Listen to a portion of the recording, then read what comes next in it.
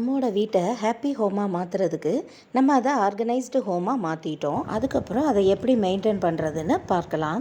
எப்பவும் முறையான ஒரு டீக்ளட்டர் கண்டிப்பாக தேவை. சின்னதான பொருட்கள்லாம் தொலைந்து போவதற்கான வாய்ப்புகள் இருக்கிறதுனால அதை ஒரு பேஸ்கெட்டில் வச்சு செல்ஃபில் நம்ம வைக்கணும். அப்புறம் திங்ஸ் எல்லாம் நம்ம கேட்டகரி வைஸாக அடுக்கி வைக்கணும். முக்கியமான ஒன்று, தினமுமே ஒரு 10 to 15 நிமிஷம் நம்ம ஹோமை ரீசெட் பண்ணுறதுக்காக ஸ்பெண்ட் பண்ணணும். நம்ம ஃபேமிலி மெம்பர்ஸ் எல்லார்கிட்டேயுமே அந்த பழக்கத்தை நம்ம கொண்டு வர முயற்சி பண்ணலாம்.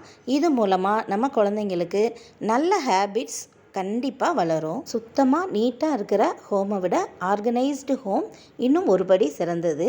அதோட பயன்கள்லாம் என்னன்னு பார்க்கலாமா? முக்கியமாக நம்ம டைம் சேவ் ஆகும். ஏன்னா எந்த பொருளையும் தேட வேண்டிய நிலைமையில் நம்ம இருக்க மாட்டோம். அதன் மூலமாக நமக்கு ஸ்ட்ரெஸ் குறையும்.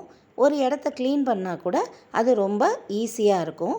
இதன் மூலமாலாம் நமக்கு டைம் நிறைய மிச்சமாகிறதுனால நம்முடைய ப்ரொடக்டிவிட்டி அதிகமாகும். ப்ரொடக்டிவிட்டி அதிகமாகிறதுனால நமக்கு ஒரு மைண்ட் சாட்டிஸ்ஃபேக்ஷன் கிடைக்கும்.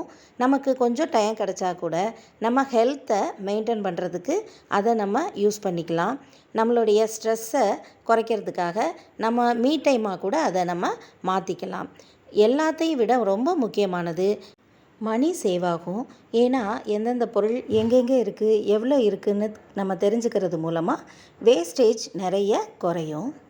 திடீர் விருந்தாளிகள் யாராவது வந்தால் கூட நம்ம எந்த டென்ஷனும் இல்லாமல் அவங்கள வரவேற்கலாம். நம்ம குழந்தைங்களும் நம்ம மூலமாக நிறைய நல்ல விஷயங்களை கற்றுப்பாங்க. எல்லாத்த விட மேலாக ஒரு க்ளீனான கிச்சன், நீட்டான வார்ட்ரோப், சுத்தமான வீடு, இது நமக்கு தர சாட்டிஸ்ஃபேக்ஷனும் ஹாப்பியுமே வேறு லெவல் தான்.